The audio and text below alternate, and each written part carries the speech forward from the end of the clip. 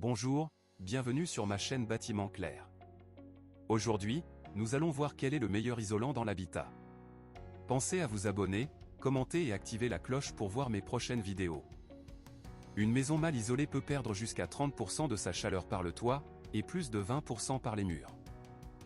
Mais avant de comparer les matériaux, il faut comprendre un point essentiel. Le meilleur isolant dépend de plusieurs critères. La performance thermique, l'épaisseur nécessaire, l'isolation phonique, la résistance à l'humidité, l'impact écologique, le prix, et la facilité de pose. Alors, approfondissons le sujet. Nous allons voir ce que constitue un isolant thermique. Premièrement, la résistance. Le lambda isolation sert à exprimer la conductivité thermique d'un matériau isolant. Ce coefficient mesure la capacité d'un matériau à faciliter les échanges thermiques. Plus le lambda est faible, plus le matériau est isolant. Ce coefficient entre dans le calcul de la résistance thermique, R, d'un matériau. La valeur lambda indique la conductivité thermique d'un matériau. La valeur R, la capacité d'isolation thermique d'un matériau. Plus la valeur R est haute, plus l'isolation est performante. Une valeur lambda plus élevée ou plus faible est-elle préférable? En résumé, plus la valeur lambda est basse, meilleure est la membrane isolante pour résister au flux de chaleur. Par exemple, les matériaux à faible valeur lambda empêcheront la chaleur de s'échapper en hiver et d'entrer en été, ce qui les rend plus efficaces pour isoler votre maison ou votre bâtiment. Deuxièmement, la méthode de pose d'un isolant. Ce que l'on appelle pont thermique peut rendre votre isolation moins efficace. Un pont thermique ou non constructif est un maillon faible dans la structure externe de l'habitation au niveau de la façade, du toit ou du sol. Ce phénomène apparaît en présence d'interruptions dans l'isolation thermique ou d'interstices entre des dalles de sol. Quelles sont les conséquences d'un pont thermique? Sensation de froid, dépenses énergétiques en hausse et dégradation à long terme de l'habitation sont les principales conséquences de la présence de ponts thermiques. Problème d'humidité, les ponts thermiques peuvent conduire à des problèmes de murs humides, de condensation, de moisissure et de traces noires. Comment savoir si on a un pont thermique? Pour cela, il suffit de passer sa main sur la zone suspectée d'être à l'origine des déperditions de chaleur. Si vous ressentez une variation de température ou bien une sensation de courant d'air, il s'agit, en principe, d'un pont thermique. Vous pouvez repérer un pont thermique en observant les zones où vous ressentez du froid près des murs, par exemple en détectant des traces d'humidité ou de moisissure, ou en utilisant une caméra thermique. Comment se débarrasser d'un pont thermique? En rénovation, le traitement dépend de l'étendue du pont thermique. Isoler avec des rouleaux ou des panneaux semi-rigides. Doubler l'isolation avec une seconde couche croisée de matériaux isolants. Isoler par insufflation avec un isolant en vrac. L'isolation renforcée des bâtiments peut engendrer des ponts thermiques importants, pouvant représenter jusqu'à 30% des pertes totales.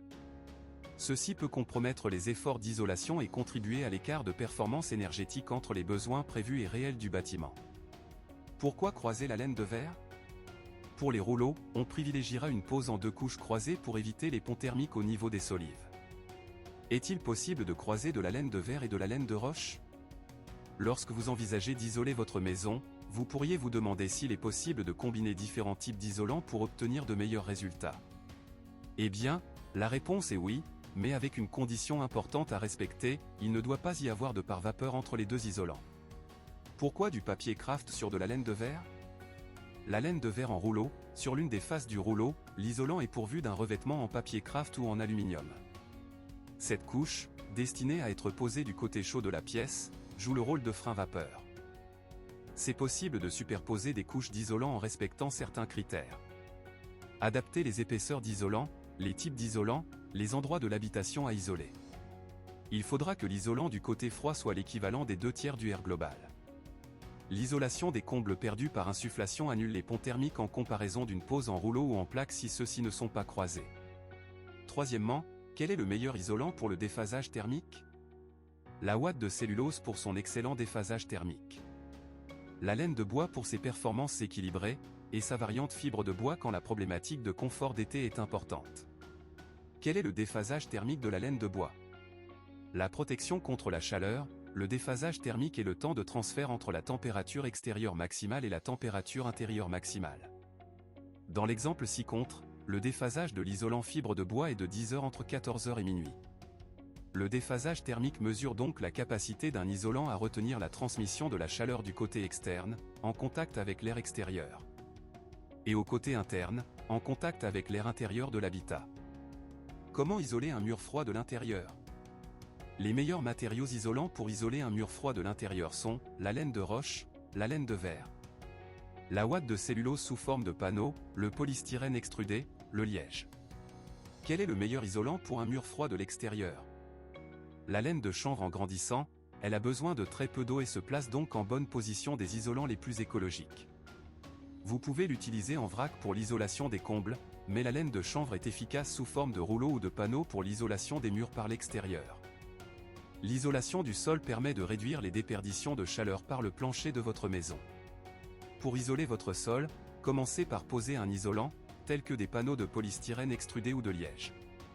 Ensuite, installez un par vapeur pour garantir une bonne gestion de l'humidité.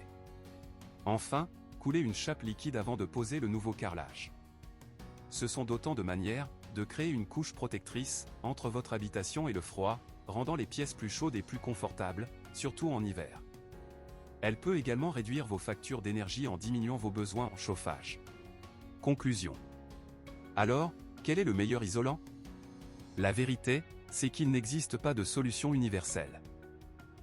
Cliquez sur le pouce bleu, abonnez-vous et pensez à la cloche de notification.